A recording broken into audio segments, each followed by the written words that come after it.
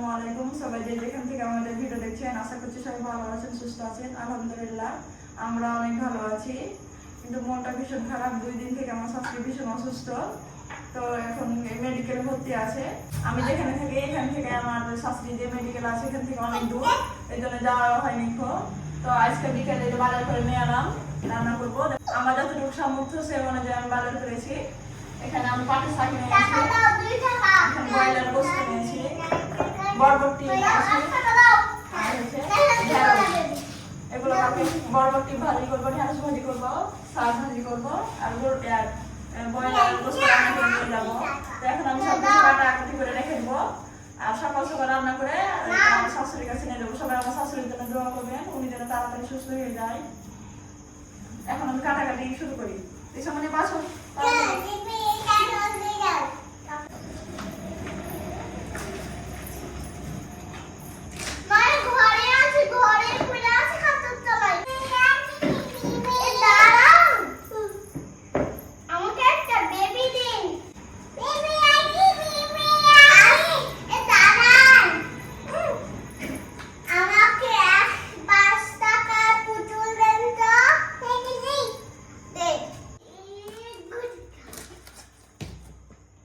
বরবটি আমার খেতে খুব ভালো লাগে, কাটতে ভালো লাগে। কে কে আমার মতো বরবটি খেতে পছন্দ করেন অবশ্যই কমেন্টে জানাবেন।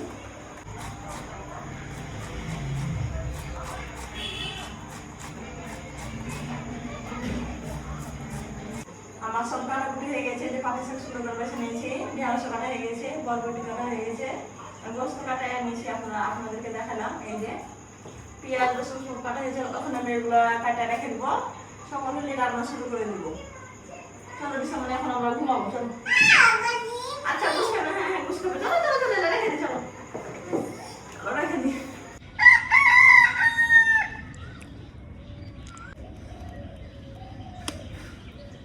খুব সকাল থেকে উঠে রান্না করছি।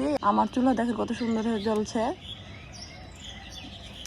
আসমানের অবস্থা দেখেন, মনে হয় বৃষ্টি হবে।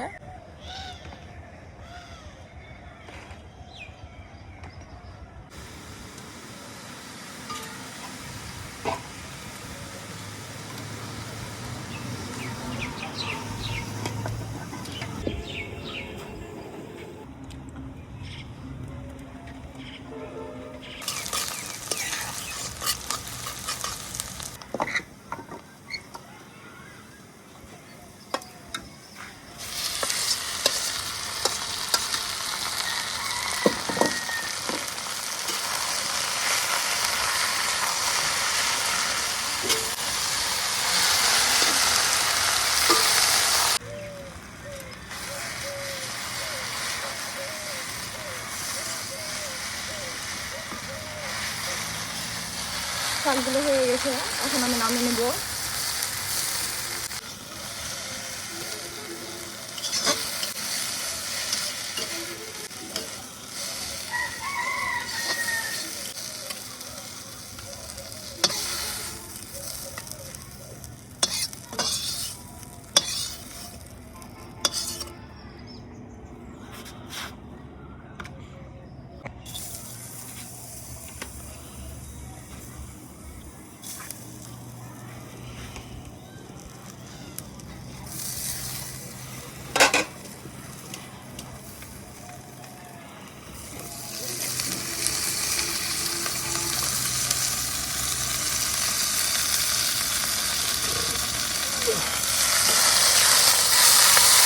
আমি ঢেঁড়স ভাজি করার জন্য প্রথমে কাঁচামরিচ, পেঁয়াজ, রসুন দিয়ে তেলে ফেলে দিলাম। একবারে এগুলা তেলে ফেলে রান্না করব। হলুদ গুঁড়া, মশলা,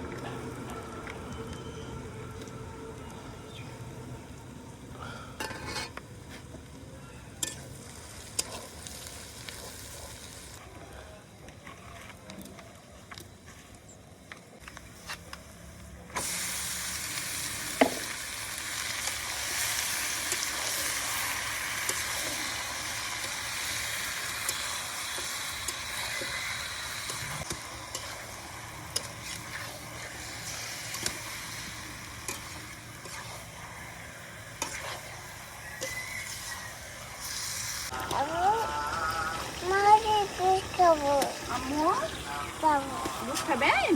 আচ্ছা দিস। এই যেটা মায়ামণি গোস্ত খাবে, যেটা এটা খাবে তুমি? এটা খাবে আমার আব্বু।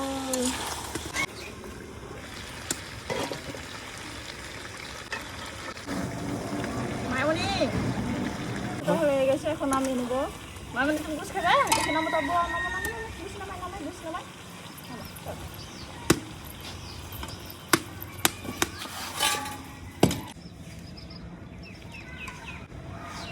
আমার গোস্ত রান্না করা রেডি। আমি শাক রান্না করেছি, বরবটি ভাজি আর ঢেঁড়স রান্না করা হয়ে গেছে, আর ভাত নিচে রেখে চলে এসেছি। কারণ আমি সব কিছু গুছিয়ে চলে যাব। তো সবাই ভিডিওটি দেখার জন্য সবাইকে অসংখ্য ধন্যবাদ। সবাই ভালো থাকেন আর আমার শাশুড়ির জন্য দোয়া করবেন, যেন তাড়াতাড়ি সুস্থ হয়ে বাড়ি যায়। সবাইকে আল্লাহ হাফেজ।